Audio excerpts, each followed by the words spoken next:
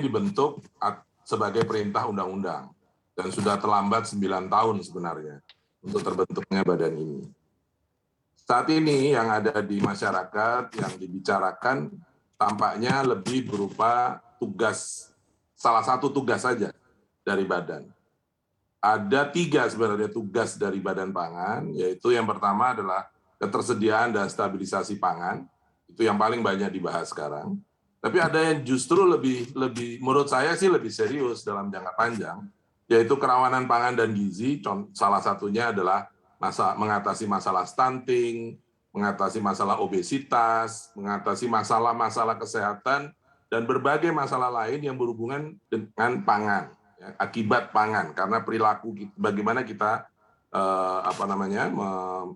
mengkonsumsi pangan kita. Dan tugas yang ketiga adalah penganeka-ragaman konsumsi dan keamanan pangan. Ini juga satu tantangan yang sangat besar. Penganeka-ragaman konsumsi misalnya, Indonesia dikenal sebagai bangsa yang mungkin agak terlalu banyak makan karbohidrat dan kurang protein misalnya.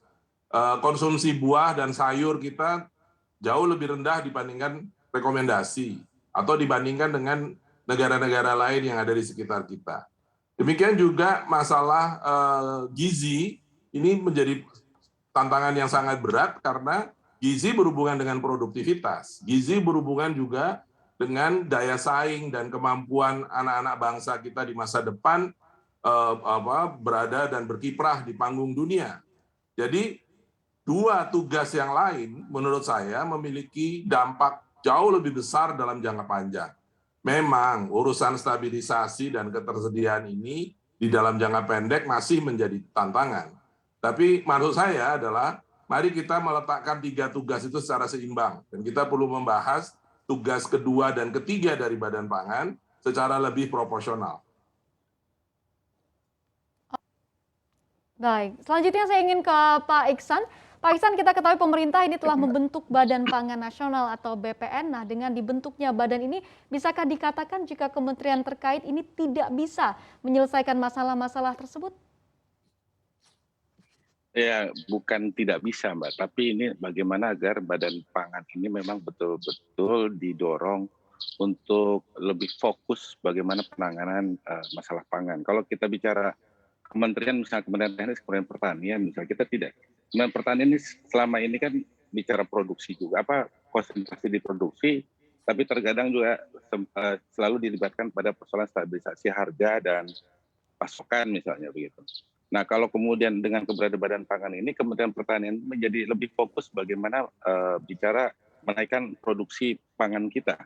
Jadi tidak kemudian terpecah begitu.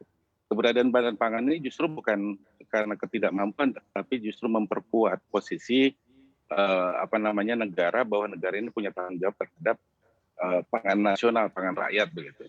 Jadi apa yang tadi disampaikan sama Pak Bayu tadi terkait dengan tidak hanya pada persoalan ketersediaan, tapi kita bicara tentang standar keamanan pangan, kita bicara terkait dengan sistem informasi pangan, lalu diversifikasi pangan gitu. Yang sering kita luput itu adalah bagaimana program diversifikasi pangan yang kemudian selama ini Kementerian Pertanian itu kurang fokus, karena bagaimanapun beban Kementerian Pertanian terlalu berat. Kalau kemudian kita bicara produksi juga, kemudian bagaimana mensosialisasikan diversifikasi pangan. Nah, Badan Pangan ini kemudian salah satu tugas yang dilakukan oleh Badan Pangan itu bagaimana kemudian kita tidak hanya tergantung pada satu produk pangan saja, misalnya beras begitu. Jadi banyak sekali